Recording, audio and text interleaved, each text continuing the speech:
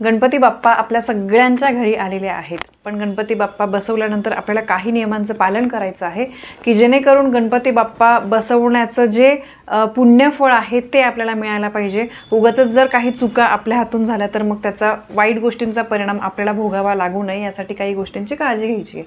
तर गणपती बाप्पांची स्थापना झाल्यानंतर गणपतीच्या या अवयवाचं आपल्याला चुकून सुद्धा दर्शन घ्यायचं नाहीये। गणपती अथर्वशीर्षामध्ये बघा लिहिलेलं आहे की एकदंतम चतुर्हस्तम।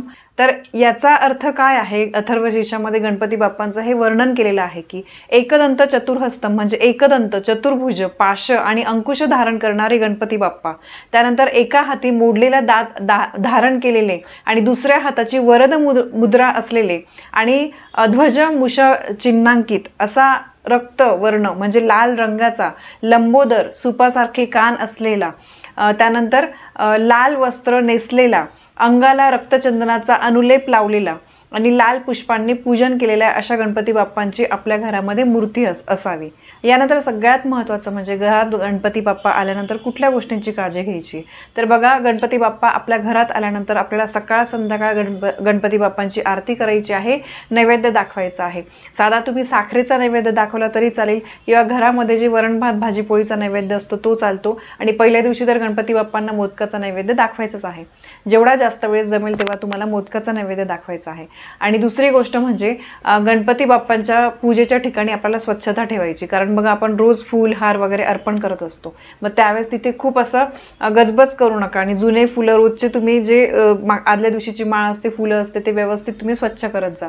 आणि महत्त्वाची गोष्ट म्हणजे गणपती बाप्पा स्थापित केल्यानंतर जेव्हा गणपती बाप्पांची आपण प्राणप्रतिष्ठा करतो त्यानंतर गणपती बाप्पांची पाठ आपल्याला दिसता कामा नये।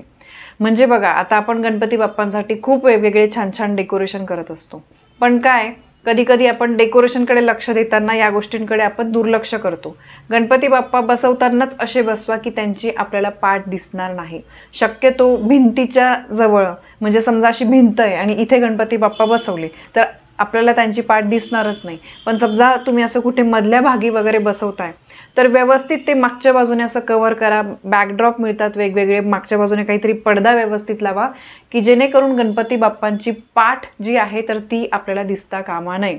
कारण गणपती बाप्पा बसवल्यानंतर त्यांची प्राणप्रतिष्ठा केल्यानंतर त्यांच्यामध्ये देवत्व आलेलं असतं, त्यांची आपण सकाळ संध्याकाळ पूजा करून त्यांचे आशीर्वाद प्राप्त करून घेत असतो। आणि जर त्यांची पाठ आपल्या घरातल्यांना येता जाता दिसत असेल तर ते आपल्या सुखाकडे पाठ फिरवतात, आपल्या आयुष्यामध्ये आपल्या घरामध्ये दुःख अडचणी संकट हे येऊ लागतात। म्हणून गणपती बाप्पांना बसवतानाच इतकं व्यवस्थित छान बसवा की जेणेकरून त्यांची पाठ जी आहे ती आपल्याला दिसणार नाही। मागच्या बाजूने तुम्हाला पडदा वगैरे असं काहीतरी लावायचं आहे। कळालं? ही अतिशय महत्त्वाची गोष्ट आहे, नेहमी ही गोष्ट लक्षात ठेवा। त्यानंतर यासोबतच अजून एक महत्त्वाची गोष्ट म्हणजे गणपती बाप्पांची स्थापना करताना कधी पण पायऱ्यांच्या खाली वगैरे बसवू नका। म्हणजे बघा, तुमचं डुप्लेक्स घर आहे, वर खाली आहे घर, तर त्यावेळेस कधी कधी काय करतो आपण, जिन्याखालचा भाग मस्त मोकळा असतो, मग आपल्याला वाटतं की इथे आपण बसवू बाप्पांची मूर्ती, पण तसं करू नका। पायऱ्यांच्या खाली कधी पण गणपती बाप्पांना बसवू नका। त्यानंतर प्राणप्रतिष्ठा केल्यानंतर गणपती बाप्पांची आपल्या घरामध्ये 10 दिवस सात्विक अन्न खा, नॉनव्हेज वगैरे। कारण बघा, श्रावण संपलेला असतो, बऱ्याच घरांमध्ये नॉनव्हेज सुरू होतं, तर असं चुकून सुद्धा करू नका। 10 दिवस बाप्पा आपल्या घरामध्ये आहे तर त्यामुळे त्या 10 दिवसांमध्ये घरामध्ये सात्विक अन्न शिजवा। गणपती बाप्पांच्या मूर्तीजवळ चांबड्याने बनवलेल्या वस्तू ठेवू नका, कारण चांबडं म्हणजे जे लेदर आहे तर ते जनावरांपासून बनवलेलं असतं, म्हणून चांबड्यापासून बनवलेल्या वस्तू जसं बघा चांबड्याचा लेदरचा बेल्ट, वॉलेट, त्यानंतर चपला वगैरे तर आजूबाजूला ठेवायच्याच नाही। त्यानंतर बॅग, पर्स असते, ह्या बऱ्याचशा गोष्टी लेदरपासून, किंवा किचन असतं आपल्या गाडीचं किचन म्हणा, घराची चावीचं किचन म्हणा, ते सुद्धा लेदरचं असतं।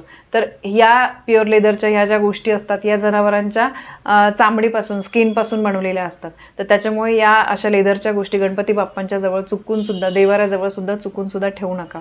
दररोज सकाळ संध्याकाळ आपल्याला गणपती बाप्पांची पूजा करायची आहे। तर बघा, हे 10 दिवस खूप महत्त्वाचे आहे। गणपती बाप्पांची आपण मनोभावे पूजा करणार आहे, तर त्यामुळे या काही अशा चुका आपल्याकडून होणार नाही याची आपल्याला काळजी घ्यायची आहे।